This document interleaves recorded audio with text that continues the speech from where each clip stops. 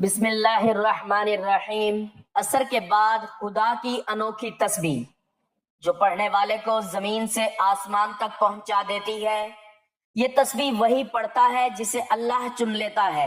وہ تسبیح یہ ہے۔ محترم ناظرین، آج آپ کے لیے نماز عصر کے بعد اللہ تعالیٰ کی ایک ایسی انوکھی تسبیح کا عمل لے کر حاضر ہوا ہوں کہ جو شخص اس تسبیح کو نماز عصر کے بعد بتائے گئے طریقے سے پڑھ لیتا ہے تو اللہ تعالیٰ پڑھنے والے کو زمین سے آسمان تک پہنچا دیتے ہیں۔ اس کی ہر خواہش پوری ہوتی ہے، اس کی ہر دعا قبول ہو جاتی ہے، اس کی تمام حاجات پوری فرما دی جاتی ہیں، اس کی تمام پریشانیاں، لڑائی جھگڑے، اولاد کی نافرمانی، قرضوں سے نجات عطا کر دی جاتی ہے۔ یہ تسبیح وہی پڑھتا ہے جسے اللہ چن لیتا ہے۔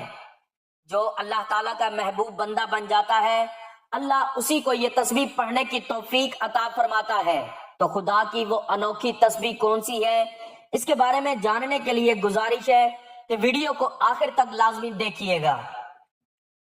ناظرین، آج ہر انسان مفلسی، لاچاری اور پریشانی میں مبتلا ہے۔ وہ اللہ کے بجائے انسانوں کے آگے ہاتھ پھیلاتا ہے، لوگوں کے در پر جاتا ہے، لیکن اس در پر نہیں جاتا جہاں بے شمار خزانے ہیں، جو دینے پر خوش ہوتا ہے اور جتنا مانگو اتنا زیادہ عطا کرتا ہے۔ آج انسان اس در کو چھوڑ کر دوسروں کے در پر جاتا ہے اور وہاں سے اس کو مایوسی ہوتی ہے۔ تمام بھائیوں اور بہنوں سے گزارش ہے کہ اللہ سے مانگو، اللہ سے مانگنا سیکھو، اس سے آپ کو مایوسی بھی نہیں ہوگی اور اللہ تعالیٰ مانگنے والے سے اتنا خوش ہوتا ہے کہ اس کی زندگی ہی بدل دیتا ہے۔ ناظرین، اللہ تعالیٰ نے قرآن میں فرمایا ہے، بے شک نماز مومنوں پر مقررہ وقتوں میں فرض کی گئی ہے اور ان مقررہ اوقات میں عصر کی نماز کی فضیلت سب سے الگ ہے، کیونکہ حضور اکرم صلی اللہ علیہ وآلہ وسلم نے فرمایا، جس نے عصر کی نماز چھوڑ دی گویا اس کا گھر اور مال سب کچھ برباد ہو گیا۔ اس سے پتہ چلتا ہے کہ عصر کی نماز نہ صرف فرض ہے بلکہ اس کے اندر ایک خاص راز چھپا ہے جو انسان کی دنیا اور آخرت کو سنوار دیتا ہے۔ محترم عزیزو، عصر کا وقت وہ وقت ہے جب انسان دن بھر کی تھکن کے بعد اللہ کے سامنے جھکتا ہے۔ یہ وقت وہ ہے جب رزق کے دروازے کھلتے ہیں، جب فرشتے مومن بندوں کے اعمال اللہ کے حضور پیش کرتے ہیں۔ قرآن میں اللہ نے قسم کھائی ہے کہ زمانہ گواہ ہے کہ انسان خسارے میں ہے، مگر وہ لوگ جو ایمان لائے اور نیک عمل کرتے رہے اور حق کی تلقین کرتے رہے اور صبر کی تلقین کرتے رہے، وہ کامیاب ہیں۔ گویا اللہ تعالیٰ نے اسی وقت کی عظمت کو سورۃ العصر کے ذریعے بیان فرمایا۔ ہم جان لیں کہ عصر کا وقت بیکار نہیں بلکہ انسان کی کامیابی کا دروازہ ہے۔ یہی وجہ ہے کہ جو بندہ عصر کے بعد اللہ کو یاد کرتا ہے اس کی دعائیں رد نہیں ہوتی۔ حدیث میں آتا ہے، اللہ تعالیٰ بندے کی دعا قبول کرتے ہیں جب تک وہ جلدی نہ کرے اور نہ کہے کہ میں نے دعا کی مگر قبول نہ ہوئی۔ خاص طور پر عصر کے بعد کا ذکر ایسا ہے کہ بندہ زمین پر بیٹھا ہوتا ہے مگر اس کے ذکر کی روشنی آسمان تک پہنچتی ہے۔ فرشتے ذکر کو محفوظ کرتے ہیں اور اللہ کے حضور پیش کرتے ہیں، اور اللہ جب راضی ہوتا ہے تو وہ بندے کی تقدیر بدل دیتا ہے۔ آج ہم دیکھتے ہیں کہ لوگ پریشانی میں ڈوبے ہوئے ہیں، کوئی قرض کے بوجھ تلے دب گیا ہے، کوئی رشتوں کے مسائل میں الجھا ہوا ہے، کوئی بیماریوں میں مبتلا ہے اور کوئی اپنی اولاد کی نافرمانی سے رنجیدہ ہے۔ لیکن اگر انسان نماز عصر کو پابندی سے ادا کرے اور اس کے بعد اللہ کو یاد کرے تو اس کی زندگی کے اندھیرے اجالوں میں بدل جاتے ہیں، اس کے دل کو سکون ملتا ہے اور مشکلات آسان ہو جاتی ہیں، کیونکہ اللہ کا وعدہ ہے کہ بے شک اللہ کے ذکر سے دلوں کو اطمینان ملتا ہے۔ محترم عزیزو، عصر کی نماز کے بعد کا وقت وہ لمحہ ہے جب دن اپنی آخری شدت کی طرف بڑھتا ہے اور رات قریب آتی ہے۔ یہ وقت دراصل اللہ تعالیٰ کی طرف سے ایک خاص رحمت کا دروازہ ہے جو ان لوگوں پر کھلتا ہے جو اس گھڑی کو ضائع نہیں کرتے بلکہ اللہ کے ذکر میں گزار دیتے ہیں۔ یہی وہ گھڑی ہے جب انسان کی دعائیں آسمان تک پہنچتی ہیں اور رحمت کے فرشتے اس پر نازل ہوتے ہیں۔ حدیث میں آتا ہے کہ نبی اکرم صلی اللہ علیہ وآلہ وسلم نے فرمایا، جس نے سورج غروب ہونے سے پہلے کی نماز یعنی عصر کو پڑھ لیا اس کے لیے جنت واجب ہو گئی۔ سوچئے کہ اللہ تعالیٰ کس قدر مہربان ہے کہ صرف ایک نماز کے اہتمام پر جنت کی بشارت عطا فرما دی گئی،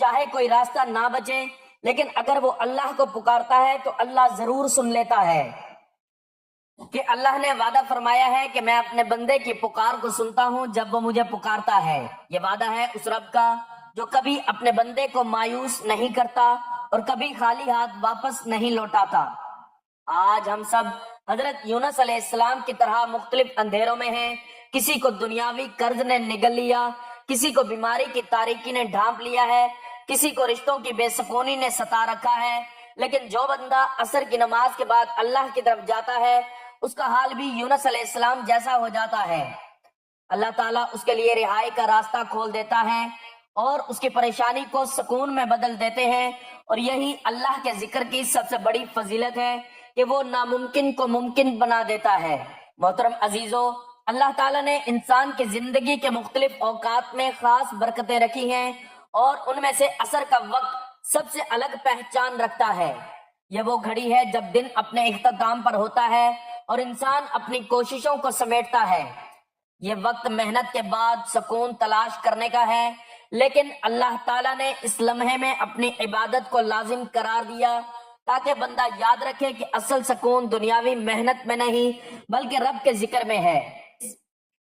قرآن میں اللہ نے سورۃ العصر کے ذریعے قسم کھا کر بتایا، بے شک انسان خسارے میں ہے سوائے لوگوں کے جو ایمان لائے، نیک اعمال کرتے رہے اور صبر اور حق کی تلقین کرتے رہے۔ گویا اللہ نے صاف اعلان فرما دیا کہ جو بندہ اس وقت ایمان اور عمل کے ساتھ اپنے آپ کو سنوارتا ہے وہ کبھی خسارے میں نہیں رہتا۔ یہی وجہ ہے کہ صحابہ کرام رضی اللہ تعالیٰ عنہ اس وقت کو کبھی ضائع نہیں کرتے تھے، بلکہ عصر کے بعد کے اوقات میں وہ اللہ کا ذکر کرتے، تلاوت کرتے اور اپنی دعائیں مانگتے، کیونکہ وہ جانتے تھے کہ یہ وہ گھڑی ہے جب بندے کا نام فرشتے اللہ کے حضور پیش کرتے ہیں۔ حدیث میں آیا ہے فرشتے صبح اور عصر کے وقت ایک دوسرے سے ملاقات کرتے ہیں اور اللہ تعالیٰ پوچھتے ہیں میرے بندوں کو کس حال میں چھوڑ کر آئے ہو؟ فرشتے کہتے ہیں اے اللہ، ہم نے انہیں اس حال میں چھوڑا کہ وہ نماز ادا کر رہے تھے۔ سوچئے جب کسی بندے کی نماز کا ذکر خود فرشتے اللہ کے سامنے کریں تو وہ بندہ کتنا خوش نصیب ہوگا۔ محترم عزیزو، یہی وقت دعاؤں کی قبولیت کا بھی ہے اور یہی وقت رزق اور برکت کے دروازے کھولنے کا بھی ہے۔ اس لیے اولیاء ہمیشہ یہ کہا کرتے کہ جو شخص عصر کے بعد اللہ کو یاد کرتا ہے اس کا رزق بڑھ جاتا ہے، اس کے معاملات میں آسانی آتی ہے، اس کے دل کی پریشانی کے اندھیرے دور ہو جاتے ہیں اور وہ سکون پاتا ہے، کیونکہ اللہ کا وعدہ ہے کہ جو اس کے شکر گزار بندے بنتے ہیں اللہ ان پر اپنی نعمتیں اور برکتیں بڑھا دیتا ہے۔ آج کے دور میں انسان دن بھر محنت کرتا ہے لیکن دل بے سکون ہے، گھروں میں جھگڑے، کام میں برکت نہیں، اولاد فرما بردار نہیں۔ یہ سب اس لیے ہے کہ ہم نے اس گھڑی کو ضائع کر دیا جو ہماری اصل طاقت ہے۔ اگر ہم عصر کی نماز کو وقت پر پڑھیں، اس کے بعد اللہ کا ذکر کریں تو انشاءاللہ زندگی کے ہر دروازے پر رحمتیں برسنے لگیں گی اور مشکلات کے تالے ٹوٹ جائیں گے، کیونکہ اللہ کے ذکر میں وہ طاقت ہے جو بندے کو زمین سے آسمان تک بلند کر دیتی ہے۔ محترم عزیزو، نماز دین کا ستون ہے، اس کے ذریعے ہی انسان اللہ کے قریب ہوتا ہے، لیکن اصل راز نماز کے اندر خشوع و خضوع میں ہے۔ قرآن میں اللہ نے فرمایا کہ یقیناً کامیاب ہو گئے وہ مومن جو اپنی نمازوں میں عاجزی اختیار کرتے ہیں۔ یہ آیت ہمیں یہ سبق دیتی ہے کہ نماز صرف ظاہری عمل نہیں بلکہ اس میں دل کی کیفیت اور عاجزی بھی ضروری ہے۔ لیکن افسوس، آج بہت سے لوگ نماز کو بس جلدی جلدی پڑھ کر جان چھڑانے والا کام سمجھتے ہیں۔ وہ رکوع و سجود پورے نہیں کرتے، تلاوت کو ٹھہراؤ سے ادا نہیں کرتے اور ان کی نماز بس ایک رسم رہ جاتی ہے۔ ایسے لوگوں کے بارے میں نبی صلی اللہ علیہ وآلہ وسلم نے فرمایا کہ جو نماز پوری نہ پڑھے تو وہ نماز لپیٹ کر ایسے ہی اس کے منہ پر مار دی جاتی ہے جیسے کوئی پرانا کپڑا پھینک دیا جائے۔ یہ کتنی سخت وعید ہے کہ جس نماز کو ہم فخر سمجھتے ہیں اگر اس میں خشوع و خضوع نہ ہو تو وہ ہمارے منہ پر واپس کر دی جاتی ہے اور ہمارے لیے شفاعت کے بجائے وبال بن جاتی ہے۔ اس کے برعکس جو بندہ نماز کو سکون اور عاجزی کے ساتھ ادا کرتا ہے اللہ تعالیٰ اس پر اپنے خاص انعامات نازل فرماتا ہے۔ حضور اکرم صلی اللہ علیہ وآلہ وسلم نے فرمایا، بندہ جب نماز میں ہوتا ہے تو وہ اپنے رب سے ہم کلام ہوتا ہے، اور جب تک وہ نماز میں کھڑا رہتا ہے رحمتیں اس پر برستی رہتی ہیں۔ یعنی خشوع کے ساتھ ادا کی گئی نماز محض ایک فرض پورا کرنا نہیں، بلکہ یہ بندے کے اوپر اللہ کی رحمت کا نزول ہے، اس کے گناہوں کی معافی ہے، اس کے دل کا سکون ہے اور اس کی زندگی میں برکت کا دروازہ ہے۔ محترم عزیزو، خشوع والی نماز وہ ہے جس میں انسان اللہ کے سامنے اس طرح کھڑا ہو جیسے وہ اللہ کو دیکھ رہا ہے، اگرچہ وہ اللہ کو نہیں دیکھ رہا لیکن یہ یقین رکھے کہ اللہ اس کو دیکھ رہا ہے۔ یہ کیفیت ہے جو دل کو نرم کرتی ہے، آنکھوں کو اشک بار کرتی ہے اور زبان کو اللہ کے ذکر میں مصروف رکھتی ہے۔ ایسے ہی بندوں کے بارے میں حدیث میں ہے کہ قیامت کے دن سب سے پہلے نماز کا حساب لیا جائے گا، اگر وہ درست ہوئی تو باقی اعمال بھی درست ہوں گے، اگر وہ بگڑی ہوئی تو باقی اعمال بھی بگڑ جائیں گے۔ جو لوگ نماز پڑھنے کے بعد کچھ دیر بیٹھ کر اللہ کا ذکر کرتے ہیں ان پر اللہ کی رحمتیں نازل ہونا شروع ہو جاتی ہیں۔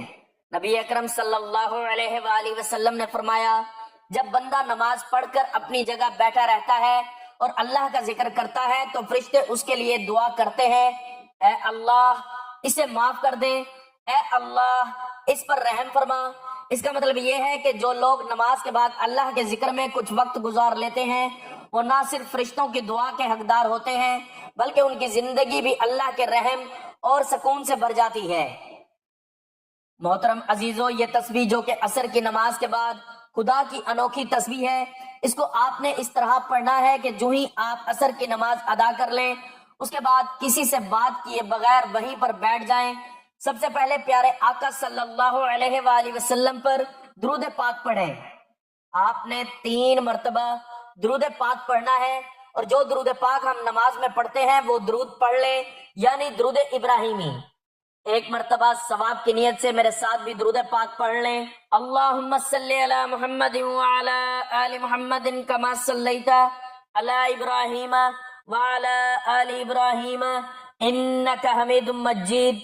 اللہم بارک علی محمد وعلی آل محمد کما بارکت علی ابراہیم وعلی آل ابراہیم انک حمید مجید۔ محترم عزیزو، درود ابراہیمی کی اپنی ایک الگ فضیلت ہے۔ حضور اکرم صلی اللہ علیہ وآلہ وسلم نے فرمایا، جس نے مجھ پر 1 مرتبہ درود بھیجا اللہ تعالیٰ اس پر 10 رحمتیں نازل فرماتا ہے اور اس کے 10 گناہ معاف کر دیے جاتے ہیں اور اس کے 10 درجات بلند کر دیے جاتے ہیں۔ اس لیے عمل کی ابتدا درود شریف سے کرنے میں برکت ہے۔ درود پاک کے فوراً بعد آپ نے اللہ تعالیٰ کے ایک نام کی تسبیح پڑھنی ہے۔ اس کو آپ نے 100 مرتبہ پڑھنا ہے، چاہے ہاتھ کی انگلیوں پر پڑھیں یا تسبیح کے دانوں پر۔ آپ نے یا مجیبو پڑھنا ہے۔ یا مجیبو کا مطلب ہے دعاؤں کو قبول کرنے والا۔ جب بندہ عاجزی سے یہ نام پکارتا ہے تو اللہ تعالیٰ اس کی فریاد کو سنتا ہے اور اس کی حاجات پوری فرماتا ہے۔